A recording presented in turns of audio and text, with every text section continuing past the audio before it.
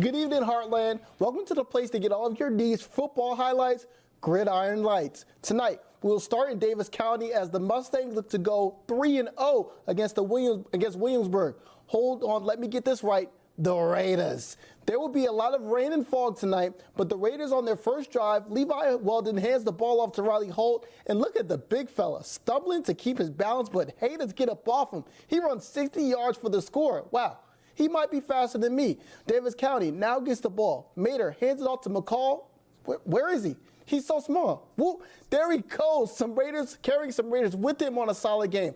That drive was stalled out for the Mustangs. Raiders with the ball in the first quarter in the red zone this time. Weldon looking for a receiver. The fog must have been bothering him like it was me because he throws it right to Mustangs defender Caden Glosser. Second quarter, Raiders punt, but the Mustangs muff it, and the Raiders will recover. This will lead to another score for the Raiders. And like they say, the rest is history. Raiders take a mud win back home, 54-14.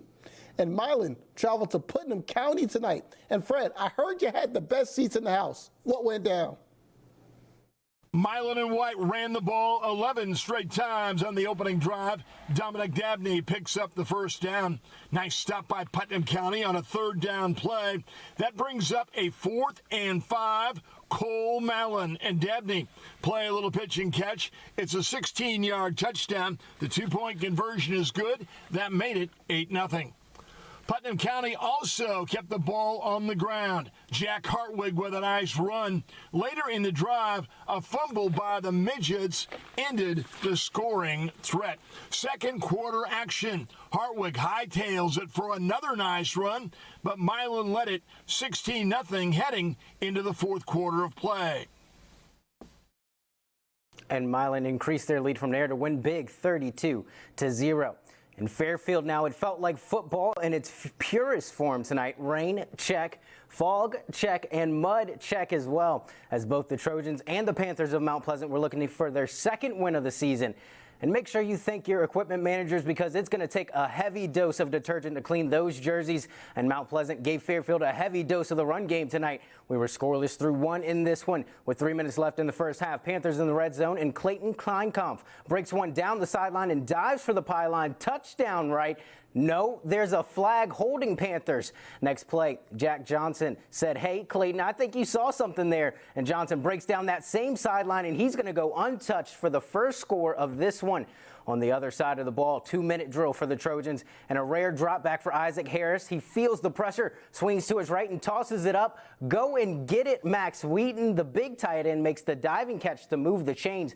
Last play of the first half, now Harris going to the air again, but it's QB on QB crime. Johnson gets into the backfield and quells any chance of a tie ball game. He and the Panthers would roll in the second half to a 21-6 win.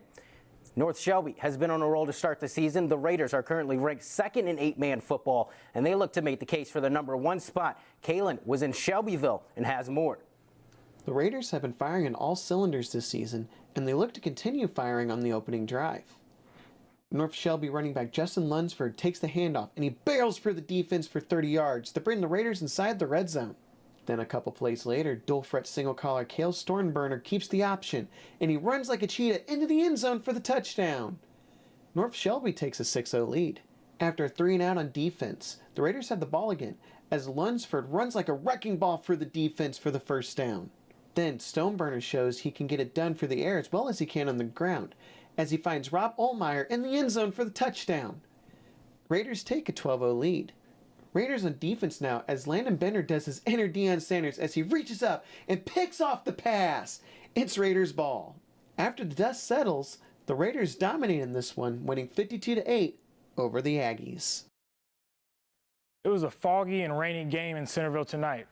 The Big Reds took on the Eagles of Siddell, which would be a defensive battle. Here we go. On just the third play of the game, Siddell quarterback Judd Roberts finds Austin Challey down the sideline with this beautiful pass. Nobody would catch Challey from there. Great pass, great catch. After the 2-point conversion, the Eagles will lead 8-0. And then it would be a defensive battle. Roberts looked to throw the ball again. Beautiful one-handed catch, but Sam Hash and Caden Mosley were all over that. The Big Reds looked to get something going with the jet sweep to Bradley Watts, but the Eagles defense were there to stuff it for a short gain. The Eagles were forced to punt away the next possession, but they would bobble the snap and set the Big Reds up in fantastic field position. Unfortunately, Centerville would give up that field position after a mishap of their own. The Big Reds would not score on this drive. A few plays later, Mosley nearly had the pick six, but just had it knocked away. And then the very next play, Nick Jewett busts through the line and comes up with a huge quarterback sack. That defense would hold strong and force another punt. On the following Centerville possession, Hash finds Mosley. Look at that gap open up. Great blocking on the perimeter, and then from there it was Mosley taking it 45 yards into the end zone to put the Big Reds on the scoreboard. After the two-point conversion, this ball game was all tied up. Centerville will go on to the half, leading this ball game 21-8. Centerville will take the win in that one 29-8. Thank you for that one, Zach. Kirksville was another name on the list of postponements tonight. The Tigers will now play Christian at home tomorrow at 7 p.m.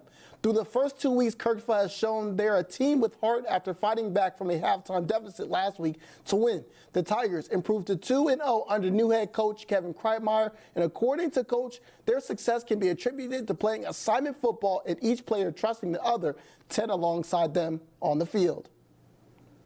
Do our jobs with our assignments, who's got the dive, who's got the quarterback, who's got the pitch. If we handle all three of those phases every snap, we'll be successful. And that's the things you have to understand is our kids got to understand that you're not necessarily go chasing something. Just do your job and we'll take care of everybody else, take care of everybody else. Now that's all for high school football tonight, but we got some more football for you after the break.